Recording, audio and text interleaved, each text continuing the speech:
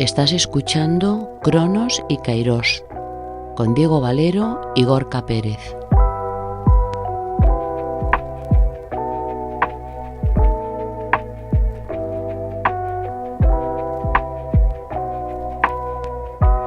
Hola, ¿qué tal? Buenos días. Bienvenidos al quinto episodio de Cronos y Kairos. ¿Qué tal, Diego? ¿Cómo estás? Muy bien, Gorka, ¿qué tal? Muy bien. Mira, el otro día planteábamos un poco la pregunta de si el ciudadano medio posee conocimientos financieros suficientes para, no solo para comprender un poco de qué va esto de la economía, sino para tomar buenas decisiones.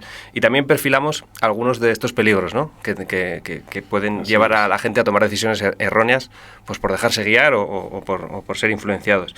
Hoy, para seguir hablando un poco de esta temática, nos acompaña Elvira García, que es una de las voces más autorizadas para hablar un poco de esta temática que planteamos el otro día. ¿Qué tal, Elvira? ¿Cómo estás? Muy bien, muchas gracias, Gorka. Buenos días, Diego. Hola, Elvira. Encantados de que estés aquí con nosotros. Tú, Elvira, bueno, te presento como divulgadora económica, pero bueno, haces muchas más cosas. Sí, yo siempre digo que soy como una especie de KH7, ¿no? Que lo utilizas en todas las partes, pero no sabes muy bien para qué. Bueno, soy economista y básicamente, bueno, pues tengo una empresa, lo que hacemos es la parte de consultoría y dentro de ello implica no solamente pues todo lo relacionado con las inversiones en bolsa, sino también pues con la parte de planificación y divulgación, en este caso sobre educación financiera. Uh-huh. Bueno, el otro día, Diego y yo charlábamos un poco sobre esto, ¿no? Este planteamiento de salida que acabo de recordar, de si tenemos los conocimientos financieros suficientes los ciudadanos medios. Te lo preguntas ella directamente. ¿Tú crees que los tenemos o que no? Es verdad que no tengo una bola de cristal, ¿no? Pero es cierto que un poco basándote en experiencia y bueno, pues solo hace falta ver también el estudio Funcas que salió, creo recordar, en 2023, que hablaba de que más de un 30% de la población en España reconoce no tener educación financiera. Y por desgracia, en mi trabajo y digamos tratando con inversores, con gente de todo tipo de sectores relacionados con la economía, acabas entendiendo que no se tiene el nivel de educación financiera que consideramos que se debería tener. Uh-huh. No sé qué carencias has detectado tú como igual las más llamativas, ¿no? En esta falta de conocimiento. Porque ahí la economía es muy compleja en algunos apartados, en otros lo damos por hecho, pero igual los pilares más básicos a veces son en los que podemos flojear más. Pues mira, yo te diría que la principal carencia es pensar que la economía es solo para los economistas y para los financieros. No sé, o sea, al final estamos en el día a día y para mí es que todo es economía. O sea, tú vas a una entrevista de trabajo, te tienes que vender, tienes que tratar con el señor del restaurante, pues digamos que tienes que hacerlo de una forma en la cual también estás tratando con él, vendiendo, no sé, todos los comportamientos que tenemos en el día a día al final son relacionados con la economía, con el dinero, nos guste más o nos guste menos o tengamos unas consideraciones u otras. Entonces creo que la principal carencia es esa y también un poco sumado al miedo.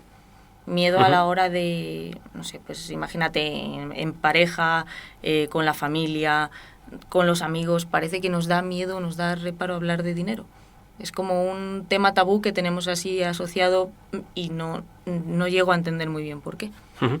El otro día, Diego, hablábamos que para superar un poco estos miedos debería haber una especie como de refuerzo. Hablábamos del plano académico también, pero es verdad un poco esto que plantea Elvira, sí, que ese temor puede ser un poco el reflejo o de la falta de conocimientos o de verlo como un universo inaccesible, que es un poco lo que planteaba ella, de solo para economistas. Claro, ¿no? yo creo que el miedo opera en dos sentidos. Uno, el que dice Elvira, por supuesto, que es que la gente le da miedo hablar de esto porque cree que no sabe y entonces se retrae ante eso, ¿no? Y luego también a la hora de tomar decisiones el miedo aprieta ahí y hace que muchas veces tengamos eso que llamamos en psicología la aversión al arrepentimiento y por no hacer algo, por si luego vamos a pensar que lo hemos hecho mal, pues no lo hacemos, ¿no? Entonces juega en esos dos sentidos, yo creo, pero estoy de acuerdo que el miedo es algo que además se cura con la educación, parte al menos del miedo, ¿no? Se cura con la educación. Por lo tanto, yo creo que lo que dices tú, Elvira, y lo que hablábamos el otro día tiene que ver precisamente con eso, con cómo mejorar los skills, las cosas básicas, ¿no?, de formación económica y financiera para todo el mundo. Uh-huh. ¿En qué crees que nos equivocamos más? No me refiero ya a la hora quizá de adquirir un producto, sino de entender un poco cómo funciona. El otro día planteaba yo, así como ejemplo en mi entorno más cercano, que hay quien vende la inversión, o sea, el gasto como si fuera inversión. Porque, bueno, también va un poco en la dinámica de intentar convencer al de al lado de que lo que has hecho no ha sido ninguna cafrada. Pero no sé si este miedo o en general nos lleva a equivocarnos muy concretamente a la hora de entender algo. Puede ser un concepto, puede ser, no sé. Yo lo haría, lo veo como de una forma más abstracta, ¿no? Uh-huh. El hecho de tener ese miedo, o aparte de ya no solo por equivocarnos, que también se puede ver la parte positiva, que es no me meto como un loco a cualquier tipo de inversión ni hago cualquier locura con mi dinero, porque es necesario también tener ese miedo en el día a día. Pero yo creo que a la hora de equivocarse, sobre todo, es pensar que es algo que no importa. Es algo que, no sé, un poco cuando tomas un café con amigos o cuando estás en cualquier charla. Y es lo típico de, bueno, pero es que vivo el día a día. Bueno, pero es que eso ahora no me preocupa. Bueno, pero es que eso ahora no lo necesito. Pensar que al final lo que hagamos con nuestros ahorros, con nuestras finanzas, es algo que solo lo vamos a necesitar en un momento futuro y no en el presente, y que en cualquier momento nos puede pasar cualquier imprevisto, cualquier cosa pues que no sea la más indicada posible como para estar bien, puede hacer precisamente que luego nos acordemos y digamos, ostras, si hubiésemos aprendido antes a gestionar nuestras finanzas de una forma sensata, igual ahora este problema lo podríamos solucionar. No por nada, sino porque, a ver, esto es tan fácil como preguntarle a alguien, ¿tú quieres vivir? ¿Quieres irte de vacaciones? ¿Quieres hacer, no sé, quieres tener una vida normal? Evidentemente, para todo eso, ¿qué necesitas? Pues que el fruto de tu trabajo, que en este caso va a ser el dinero y que va a ser pues todo lo que vas, digamos, acumulando en tu patrimonio, evidentemente no pierda valor encima con el paso del tiempo. Uh-huh. Y luego aquí hay que justo con lo que decías antes, hay una frase de Kahneman que me gusta un montón, que es que todo el mundo, al final, cuando estamos tomando decisiones, en este caso pues hablamos de educación financiera, pero podemos atribuirlo a cualquier otro ámbito, lo está haciendo de una forma inconsciente, como cuando... o sea, es como hablar en prosa, lo hacemos sin darnos cuenta, ¿no? Entonces, en este caso, pues es igual, pero sin darnos cuenta lo que estamos haciendo es dejar que todo nuestro esfuerzo, si no ponemos el foco en pues simplemente los ahorros, simplemente pues no sé, cualquier tipo de inversión que tenemos, enfocarnos en que, ostras, igual tener el dinero en el banco no es la forma más ideal para mantenerlo. Ha introducido Elvira un apunte que me ha parecido muy interesante, porque tú y yo, Diego, hemos hablado mucho del ahorro, pero casi siempre como en el horizonte futuro, y hay hablado de ahorro presente. Claro, es que el ahorro tiene varias dimensiones, y nosotros hemos hablado más del ahorro para después de no trabajar, después del trabajo, pero es verdad. Mira, yo creo que la dinámica que siempre hemos entendido, que es una dinámica un poco keynesiana, ¿no? De que el ahorro es lo que sobra después de consumir, con respecto a los ingresos que tiene. Yo creo que el ahorro debería incorporarse como una parte más, como si fuera consumo. Es decir, que nosotros a lo mejor tendríamos que hacerlo al revés. Primero ahorro tanto y después consumo, ¿no? ¿Por qué? Porque realmente yo creo que, por ejemplo, la pandemia nos ha enseñado un par de cosas. Una de ellas es que qué bonito hubiera sido llegar a la pandemia con algo ahorrado. Porque ha habido gente que lo ha pasado muy mal, ¿no? Por no tener nada. Luego también nos ha llevado a una conducta que es todo lo contrario, que es una conducta de carpe diem, de, oye, viva la vida, yo disfruto, me gasto lo que sea y Dios dirá. Lo de vivir al día, ¿no? Un poco lo que decía Elvira, que yo en mi entorno se lo he escuchado a mucha gente. Sí, yo creo que eso pasará. Yo creo que eso tiene un pico y bajará también, y tendremos que volver a la normalidad, y la normalidad es que no tenemos una pandemia cada X, o sea, cada poco tiempo, y espero que nuestras generaciones no vivan más pandemias ya, y entonces que volvamos a eso. Pero me parece fundamental lo de tener ahorros de corto plazo, porque tenemos... es que el no ahorrar a corto plazo nos lleva a decisiones horrorosas muchas veces, que tú lo habrás vivido 1000 veces, con gente que se endeuda de cualquier manera, con el tipo de tarjeta revolving, con cosas de esas, que estás pagando una burrada de intereses por haberte comprado el último modelo de iPhone, ¿no? Sí. o por pedir un préstamo para irte de vacaciones. Exacto. Son cosas que no... O sea, eso de vivir por encima de tus posibilidades nunca lo voy a entender, pero tampoco vivir por debajo de las posibilidades que tenemos todos, que en ese sentido es buscar tener una buena base de educación financiera para evitar precisamente esos problemas. Claro. Y ahora que estamos incidiendo mucho en esto del ahorro, ¿tú crees que la gente sabe ahorrar? No me refiero a guardarse un poco lo que estábamos hablando, ¿no? Incluso siquiera cambiar la mentalidad, sino ¿sabe qué hacer con esos ahorros? O sea... Ahí distinguiría como dos partes. Considerar que el ahorro es, cojo el dinero que gano pues en mi negocio o en mi trabajo, en lo que sea, y lo meto dentro del banco, que para mí eso no es saber ahorrar, para mí eso es guardar dinero, y que cada vez va a valer menos. Y luego están las personas que saben ahorrar, que en el caso a futuro pues podría ser pues eso, un plan de ahorro, cualquier tipo de instrumento que sea más conservador y más en el largo plazo, y lo que es en el corto y medio plazo, pues preocuparte de tener desde una cuenta remunerada en el banco en lugar, aunque obviamente es un poco más complicado, no es como antes, tener inversiones diversificadas, pero en todo, o sea, no se trata únicamente de pues invierto en acciones o invierto en bolsa, sino pues a lo mejor te quieres meter a un proyecto, pues no sé, hablamos de startups, o quieres meterte a lo mejor a algo más dedicado en un proyecto personal de otro tipo, de un negocio, de... No sé, al final diversificar y entender sobre todo qué tipo de productos son propios para ti. Porque hay una cosa que creo que es vital y es que tenemos que entender que las finanzas personales no se llaman finanzas personales porque sí, sino porque son personales y son ad hoc para cada persona. Lo que me vale a mí, o lo que eso pasa mucho también con todo el tema de la promoción que hay en redes sociales, de gurús, etcétera, que son como métodos universales, pero claro, que te venden que es la panacea y que sirve para todo el mundo, y no es así, porque lo que te sirva a ti no tiene por qué servirle a tu vecino, no estáis en las mismas condiciones. Luego, si te parece, volvemos un poco a esto de los gurús, que seguro que tiene una opinión no muy diferente de la nuestra, pero por intentar avanzar un poco en esta falta de conocimientos. Tú has hablado o sea, hablando del ahorro, has hablado de la inversión, que es un poco el comentario inicial que hacía yo, ¿no? Que hay gente que no sabe distinguir entre invertir o gastar. O sea, ¿es solo una sensación mía o es verdad? Totalmente de acuerdo. Y de hecho la parte que ha comentado Diego me parece fundamental. O sea, yo soy un poco friki de esto, la verdad, y no engaño a nadie con que yo me planifico, me hago mis presupuestos, mis cosas en el día a día, y es verdad, no con este concepto de este café me ha costado 1,5 € y demás, ¿no? Con el tema de los gastos hormiga, pero sí es cierto que te planificas, pues el mes, te planificas el año, tienes una serie de imprevistos, todo lo que sea lo vas teniendo en cuenta.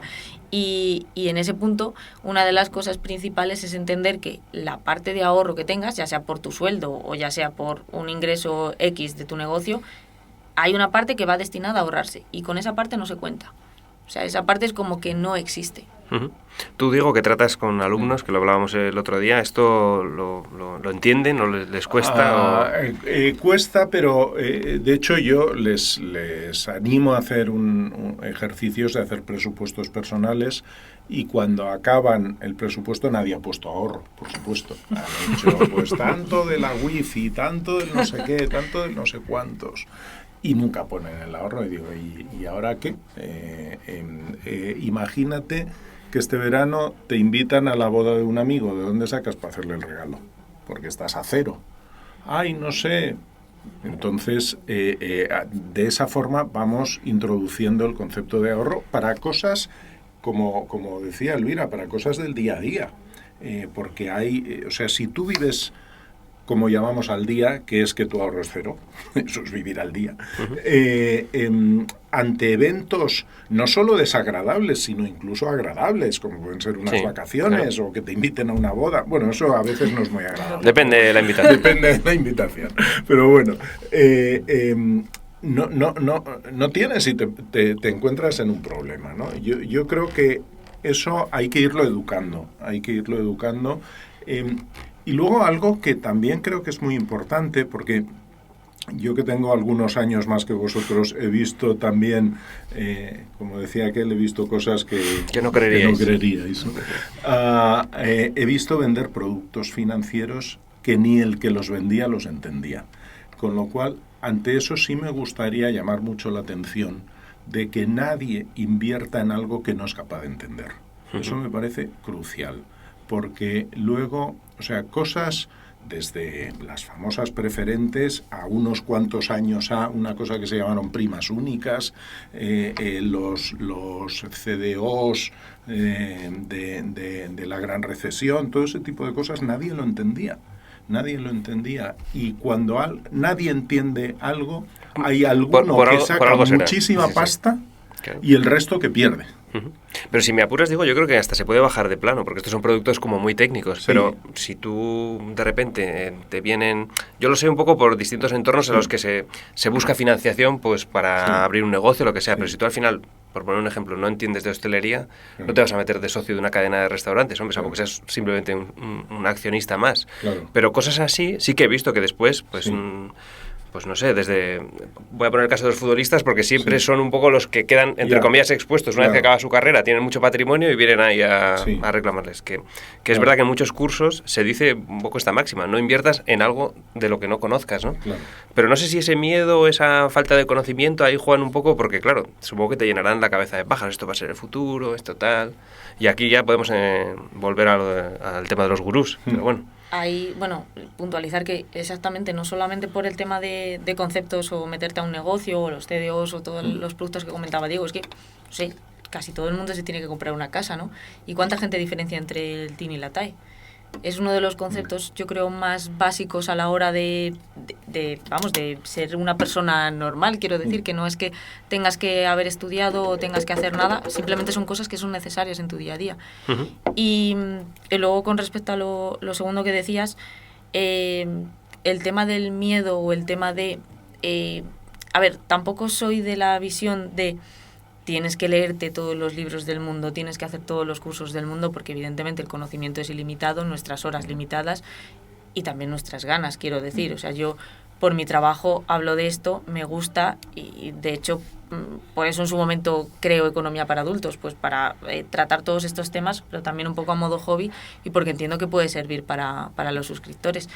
Pero una persona de a pie que tenga su trabajo y demás, que tú le tengas que decir que se tenga que hacer 20 cursos, que se tenga que nutrir de un montón de información, no, realmente no es así. Lo bueno es que, evidentemente, esté al día en la prensa, pues un poco la prensa económica, qué pasa en el día a día, porque si hay una reunión, no sé, de la OTAN, porque eso puede implicar algo o algún hecho relevante a nivel de, digamos, de lo que ocurra en tu país. Pero luego también tener la capacidad de identificar dónde voy a leer esa información, no ya por cuestiones o porque quieras tú confirmar o tener más sesgo de confirmación o no, pero sí, sobre todo, para tener una visión mucho más clara de decir qué pasa en mi entorno, cómo todo esto me puede suponer a mí y en mis finanzas algún tipo de problema o algún tipo de beneficio y sobre todo saber dónde no acudir, que es con el tema de los gurús y de esos cursos milagrosos que parece que te dan la solución para ser el tío Gilito. Y que hablábamos el otro día que están como muy de moda ahora otra vez, ¿no? No sé si esto siempre ha existido, desde el tipo la estampita y demás, pero bueno, que ahora no sé si hay más altavoz. Hay más altavoz, las redes sociales han favorecido que surja más gente en este sentido y que conozcamos más las posibles estafas o microestafas que se pueden hacer con todo esto, ¿no? Yo insisto en algo que digo siempre, no hay gangas en nada, y en el mundo financiero menos. Entonces, es muy fácil que nos deslumbren y es muy fácil luego que hagamos algo que acaba de decir Elvira, que es buscar la confirmación de que lo que hemos hecho está bien y solo ver aquello que nos dice que lo que hemos hecho está bien. Pero no hay gangas, o sea, tú a lo mejor sí, de acuerdo, hay gente que puso algo de dinero en criptomonedas y lo multiplicó por 5 en 6 meses. Muy bien, vale, de acuerdo, pero eso es lotería. Eso es lotería. O sea, lo normal no es eso. Entonces, hay que pensar que cualquier tipo de inversión que hagamos, cualquier compra de un producto financiero, etcétera, nadie está para regalarnos nada. Los que nos lo venden están para ganar dinero. Entonces, eso es algo que muchísimas veces nos deslumbra y sobre todo hablábamos el otro día, gente joven es muy fácil deslumbrarle con... Ahora es el rollo cripto, antes era el rollo real estate o alguno le llamaba bienes raíces, como para darle un poco más de empaque, ¿no? De empaque a la cosa, ¿no? Y tal. Yo creo que eso es peligroso, hay que vigilarlo, y además no llegan al nivel de estafas que la CNMV o tal persiga, ¿no? Porque son de pequeños montos, de mucha gente, pero de pequeño monto. Entonces, eso acaba quedando en nada. Pero tú has perdido tus 5.000, 10.000 euritos que seguramente los necesitabas mucho. Perdón. No. Sobre todo iba a comentar que donde más se incrementó esto fue en 2020, en la pandemia, porque tú ahí entrabas a redes sociales como, por ejemplo, Instagram, y tenías a cientos de influencers, que no olvidemos que un influencer al final es una persona que tiene la capacidad de influenciar, valga la redundancia, en mucha gente y en todos los millones de seguidores que tiene. Lo que más hacían era ofrecer cuentas a través de brokers para invertir, entre comillas, cantidades ridículas de dinero con las cuales iban a conseguir un porcentaje de rentabilidad que, vamos, ni Warren Buffett en sus mejores tiempos. Entonces, aquí yo el foco no solo lo pongo en la culpa de, en este caso, el gurú, gurú, en este caso un influencer de turno que se dedica a la moda y que le venden que esto lo puede hacer y ya está, sí, y es algo que añade, sino también por parte de las empresas. En este caso, pues los brokers, las entidades de inversión, hablábamos de productos financieros que no se comprenden, pero que aún así se venden. O sea, no me atrevería a decir la ética, pero sí la capacidad de estas empresas para no hacer en ningún caso publicidad engañosa sobre los productos que están vendiendo. Te encuentras en muchas ocasiones que, pues, bueno, yo me circunscribo un poco más a mi sector, que es el mundo de los brokers de bolsa, donde tú ves que, o parece que están ofreciendo un tipo de producto, véase una acción, cuando tú te vas a leer los términos y condiciones, que normalmente una persona normal pues no se para en leer 200 hojas pequeña, de términos y condiciones, te das cuenta que son derivados sobre esas acciones. Sí. Entonces, ¿eso el inversor lo debe saber? Sí. ¿Alguien que vaya a empezar a hacer sus pinitos en inversión? Sí. ¿Alguien que tenga mucha experiencia o que considere que tiene mucha experiencia? También. Entonces, la labor de educación financiera no solo por la parte educativa, no solo por la parte de divulgadores, no solo echar la culpa en este caso a gurús y demás que se suman al carro, sino también a esas entidades que son las que tienen presencia y fuerza para poder fomentarlo. De hecho, decías en la pandemia, Richard Thaler cuenta cómo en la pandemia la gente se aburría en casa y entonces empezaron a surgir todo el rollo de GameStop o de AMC o tal, es porque la gente tenía mucho tiempo, no tenía otra cosa que hacer, entonces sale un tipo que se llama Rory Keating diciendo que hay que defender a GameStop y monta un ejército monta un ejército de cosas donde al final habría que saber quién ganó dinero, porque sí se sabe quién lo perdió, que fue la mayoría de la gente, aparte de algún fondo bajista de estos que quebró y que bueno, pues bien se le estaba, ¿no? Pero aparte de eso, este tipo de cosas, a veces hay movimientos así que tienen que ver también con un cierto sentido, en parte, un cierto sentido de la justicia o de la equidad, aunque a mí me cueste dinero, le voy a contar un cuento a estos de Wall Street y tal, ¿no? Pero al final, la gente que pone su dinerillo ahí, que no son inversores profesionales, lo más probable es que acaben perdiendo el dinero. O sea, estamos poniendo el foco, yo creo que acertadamente, en los peligros de dejarse llevar, de no interesarse uno antes de meterse en la compra de un producto, en un negocio, o ahorrando de manera equivocada. Pero yo creo que parte del éxito de estos gurús, o me da igual, o de cualquier persona que intenta enriquecerse a través de vender tal, es darle la vuelta a un plano del que ya hemos hablado alguna vez, que es que la economía es muy compleja. Entonces, si te lo a priori te lo facilitan, aunque sea equivocadamente, pero no sé si eso, que lo hablamos otro día, que con una educación financiera que empiece en las escuelas, pues antes comentabas tú hacer el presupuesto, un presupuesto mensual, yo me acuerdo que te hablaba de la paga, ¿no? De empezar ahí a hacer un poco algo con la paga, pero dándole la vuelta, o sea, en plan, esto ya no solo es para que no te quiten el dinero, sino un poco lo que contaba Elvira al principio del podcast, para que tú hagas una vida normal y puedas acceder a todas esas cosas que te interesan. No sé si ahí hay un gap de decir, oye, la economía es complicada, pero aparte de los riesgos que tiene todos estos beneficios. Y no sé si la gente llega a interiorizarlos de una manera, pues no sé, igual que quien hace deporte sabe que le va a mejorar la salud, pues no sé si quien entrega su tiempo a educarse financieramente sabe que hay una recompensa, ¿no? Por decirlo así. Hombre, es que ahí el factor clave es precisamente lo que has comentado, empezar desde las escuelas, empezar desde pequeñito, no tener miedo al final, obviamente, esto el libro de Secreto de una mente millonaria lo explica muy bien cuando comenta que al final nuestra predisposición y nuestro comportamiento con el dinero viene muchas veces influenciado por el entorno que hemos tenido antes o en el que nos relacionamos. Entonces, claro, si en nuestra familia hemos visto problemas, estamos acostumbrados a tener deuda mala, porque entendamos que hay deuda buena y deuda mala, estamos acostumbrados a tener cierto tipo de problemas económicos, nuestra predisposición a cómo vamos a entender el ahorro, la necesidad de educarnos financieramente, pues posiblemente sea diferente a alguien que se le ha mostrado desde bien pequeñito la importancia de ahorrar, de gestionarse, de, no sé, incluso lo de la paga o conceptos tan claves como, no sé, yo entendía muy bien de pequeña que mis padres trabajaban, era su trabajo, era con lo que yo podía hacer el resto de cosas que yo quería, y yo entendía que mi forma de trabajar era aportando en casa, pues, un buen comportamiento, era tener que, pues no sé, si tenía una tarea del hogar, pues la ayudaba a mis padres a realizarla. Entonces, todo ese tipo de cosas, entender que luego puedes tener una gratificación, que sea en dinero, que sea de la forma en la que pues nos vamos al parque de atracciones, no sé cómo, lo queramos ver. Es que ahí yo creo, además, me gustaría distinguir entre el buen asesoramiento y el mal asesoramiento, ¿no? Bueno, el mal asesoramiento no es asesoramiento, sí. es enredo.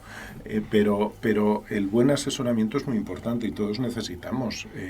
Igual que, pues eso, cuando vas al gimnasio procuras que alguien te haga la tablita, al menos. Si no tienes un entrenador personal, al menos que te haga la tabla de qué tienes que hacer. No te pones tú allí a hacer flexiones o burpees a lo loco, ¿no?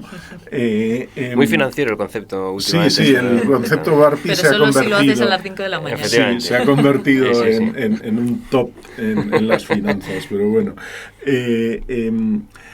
O al médico, a quien sea que te prescribe una serie de cosas, en esto es muy importante.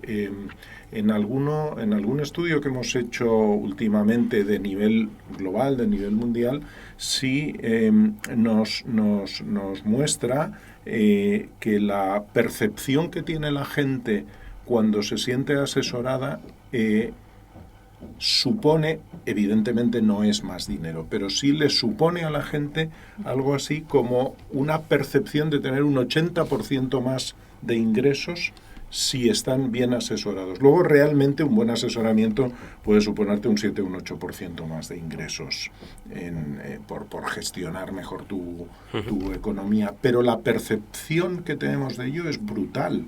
Entonces, tener, y creo que el ejemplo de Elvira nos ayuda a entenderlo, tener un buen asesoramiento en todo esto es algo fundamental y deberíamos buscarlo todos, ese apoyo para las decisiones básicas. Por una parte, formarnos, pero tú tampoco te lees los prospectos de los medicamentos y los entiendes y dices, puedo tomar esto, ¿no? Sí. Hay alguien que te tiene que decir, oye, no, esto es lo mejor para ti.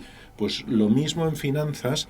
Yo creo que el rol de asesor financiero, sobre todo, yo creo que objetivo, independiente y barato, porque si no es difícil. Es algo que debería desarrollarse muchísimo más. Hay algunos países que ya tienen, pero nosotros deberíamos hacerlo más.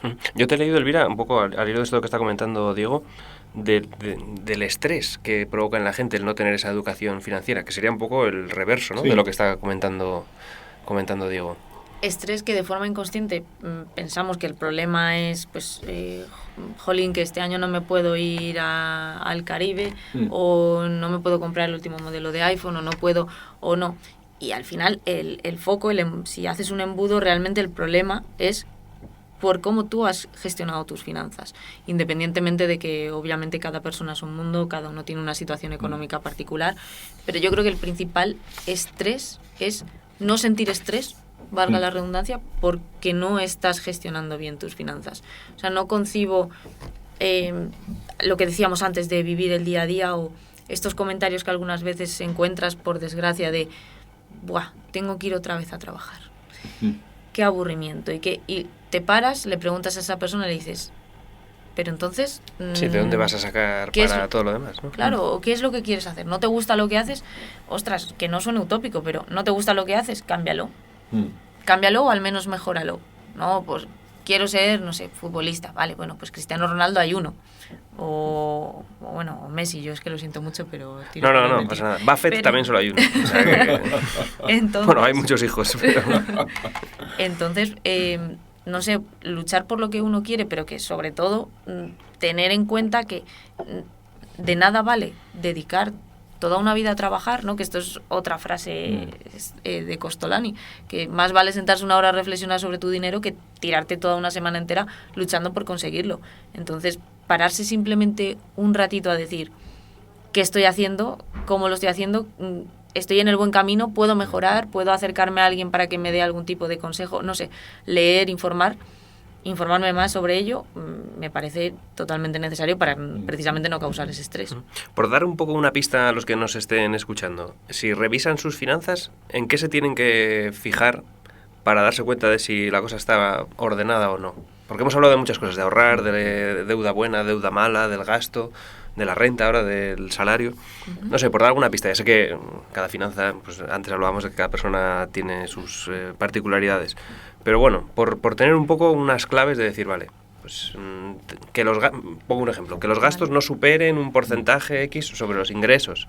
Eso hay muchas reglas, ¿no? Que te dicen la regla del 70, la regla del 30-30, no sé, no soy fan de establecer como un mínimo, sí, ¿no? o un porcentaje exacto.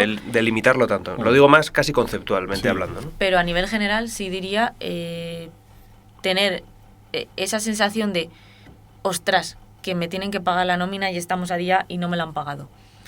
Eso ya es una red flag, ¿no? Es una alarma de decir lo que comentábamos antes del presupuesto de no incluir ahorro. Si eso te pasa es porque el mes que viene es que vas a depender única y exclusivamente de eso. Sí.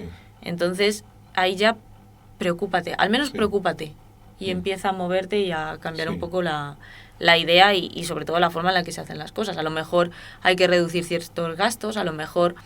Muchas veces se pone el foco, que antes decía, lo de los gastos hormiga, ¿no? Que parece que solucionas la vida si no te tomas un café diario con los compañeros de la oficina. Eso lo tengo oídísimo yo. Sí, ya me he quitado el café.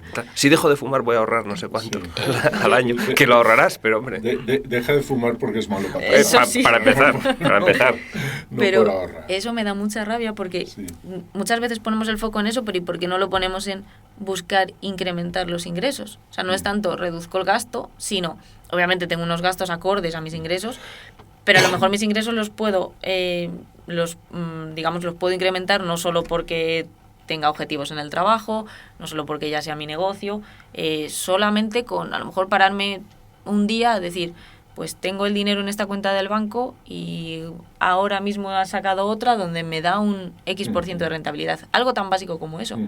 Y molestarme en mirarlo, pues, ostras, a lo mejor no llego a batir la inflación, pero sí que recorto un poquito. A mí es que la sensación que me da es que el gasto lo puedes controlar. Sí. O sea, quiero decir, si me quito un café, soy yo el que decide que no meto un euro en una máquina.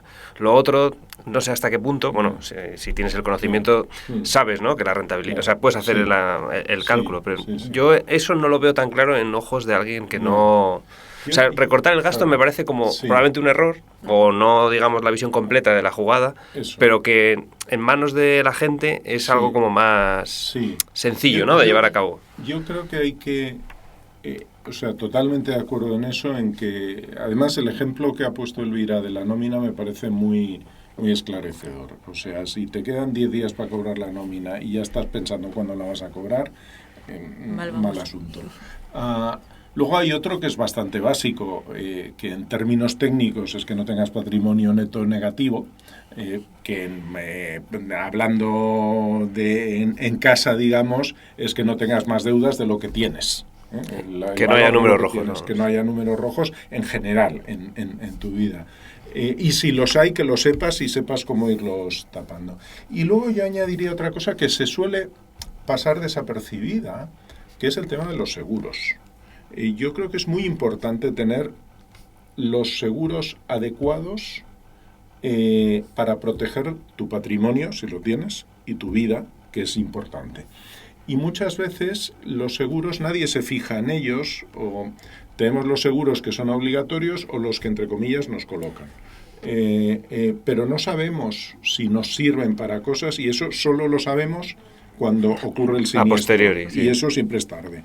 Entonces, no hace falta tener seguros para todo, pero tener bien cubierto tu patrimonio y bien cubierta tu vida me parece fundamental. Y además no tiene por qué ser tan caro. Todos sabemos que el seguro es un negocio en el que, si va bien, nunca recuperas lo que has puesto. Uh-huh. Y todos deseamos que vaya bien, ¿no? Pero me parece importante también tenerlo presente. Uh-huh. ¿Tú crees que eso, que tenemos falta de conocimiento sobre herramientas, sobre productos o este tipo de coberturas que en realidad están entre nosotros, pero que no paramos mucho tiempo a pensar? Y digo, hablado de los seguros, no sé, a lo mejor hay alguna otra cosa que se te ocurra que no le estemos prestando atención. Hemos hablado aquí de planes de pensiones, de planes... Bueno, parece que ahora se está invirtiendo más, por los últimos datos que han salido, tanto en seguros como en planes de pensiones. Uh-huh. Sí, o sea, igual no te daría un ejemplo concreto, pero sí, por ejemplo, el tema de los planes de pensiones, los planes de ahorro, entender muchas veces qué figura es la más importante o la que mejor se va a repercutir luego pues, por tus objetivos. O sea, al final, lo que decía de la parte personal de las finanzas es precisamente eso. No es lo mismo una persona cuyos objetivos sean voy a tener o estoy esperando tener 1 o 2 hijos, voy a comprarme una casa, ahora empiezo una nueva vida, que una persona que a lo mejor lo que tiene es o está buscando únicamente es incrementar su patrimonio, ahora va a empezar a viajar por tema de trabajo, entonces pararse a reflexionar sobre eso en cuestión y ver dónde está el foco de qué producto es el que puedes recurrir. Lo que decíamos antes de que no todos los productos valen para todo el mundo, pues precisamente eso, porque al final tú le estás dando a entender a la gente, sino que todo lo que está en el mundo relacionado con la economía es válido para todo el mundo. Pues no, hombre, no. Si yo tengo una aversión al riesgo muy superior a la tuya, pues a lo mejor no me interesa meterme en un negocio que tenga que ver con, no sé, con inversión en capital riesgo, porque no tiene ningún sentido. Pero a lo mejor tú sí, y también tienes un colchón mucho más holgado para hacerlo. Entonces, creo que el punto empieza desde uno mismo, conocerse y saber qué es lo que...